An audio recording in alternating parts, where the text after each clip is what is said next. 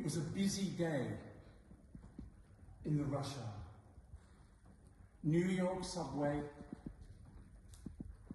platform 4. Trains came, trains went. People came, people went. Everybody going about their normal daily business. An ordinary day that suddenly became extraordinary. Cameron was a 21-year-old film student. He was on the platform going to his place of work when suddenly he started to shake. More and more and more, and he collapsed on the floor.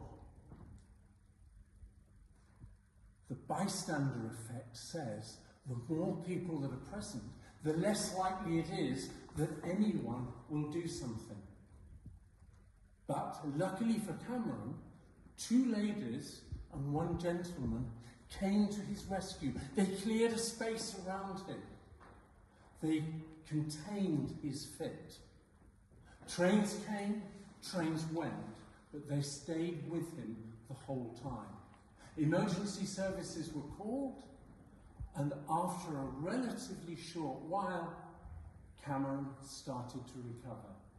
His fit stopped, and he gradually came to a more peaceful resolution. The medical tragedy was averted by the kindness of strangers stepping into a situation and responding appropriately, looking after their fellow stranger. But as Cameron stood up, the fit returned, and he collapsed forward over the track onto the tracks below.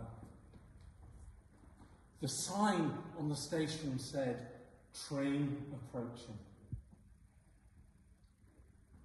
Let's just take a freeze-frame moment as I ask you this critical question. If you were standing on that platform in that moment, what would you have done? In his book, Thinking Fast, Thinking Slow, Daniel Kahneman says there are 2 parts of our brain, a part that reacts very quickly to whatever is going on, and a part that takes longer to take a considered opinion. I'm going to give you the chance to have the considered opinion.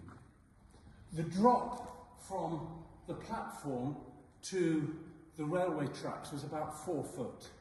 The tracks were 4 foot apart, maybe 5 foot apart.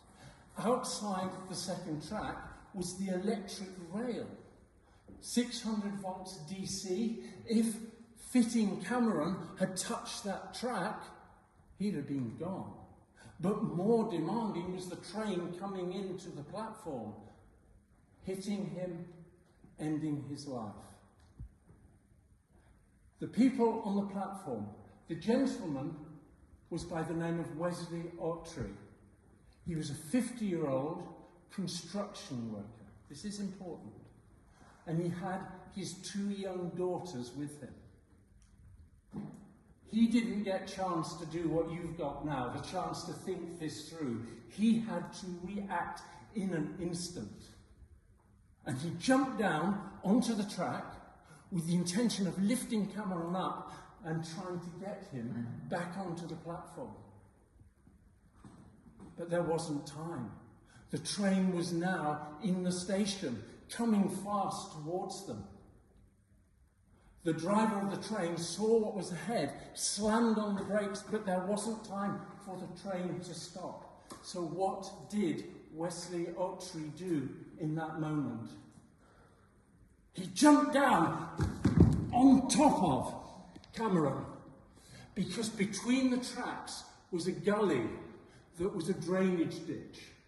And he squeezed Cameron into the drainage ditch and pressed himself on top, just as the train came over. The clearance between the bottom of the train and the top of Wesley's head was that much, about 2 inches. He had a green streak of grease on his cap.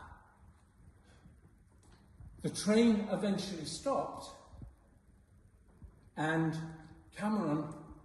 Wesley was able to basically say, "I'm okay, I've survived." It took about 20 minutes to turn off the electricity and move the train to free Cameron and Wesley. Both recovered. Cameron went to hospital, not because of the fall, simply as reassurance from his epileptic fit. So the question here is, thinking fast. That is what Wesley had to do. He had to make an instant decision without thinking it through. In his book, Blink, Malcolm Gladwell talks of the concept of thin slicing.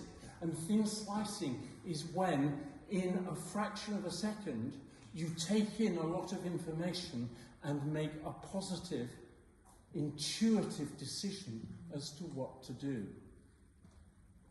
That, I believe, is what happened for Wesley. His construction work background gave him the opportunity to be able to evaluate the situation unconsciously and figure out that his backstop option was this gully running through the track. It saved both of their lives. Philip Zimbardo, the psychologist, comes up with a term, heroes in waiting. And he suggests that all of us, through preparation and pre-thought, can prepare ourselves for what we would do in a situation where we can be a hero. It's unlikely to be a big occasion like Wesley, but there are much smaller examples where we can make a difference to the lives of the people around us. The message today is, are you willing to become a hero in waiting?